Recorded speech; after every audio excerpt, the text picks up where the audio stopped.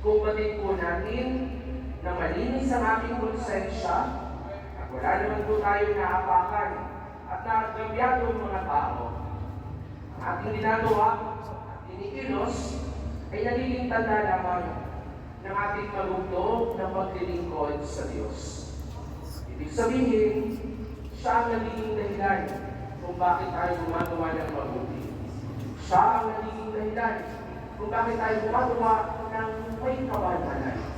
At kapag sa atin ang presensya ng Diyos, kahit anumang chismis, kahit anumang maling paratang, kahit anumang paninira, kahit anumang paghatak sa iyo pa ibaba, lahat ng yan ay baliwala. Sapagkat alam mo, sa sarili mo, Pwede mo itong hindi, lapit mo.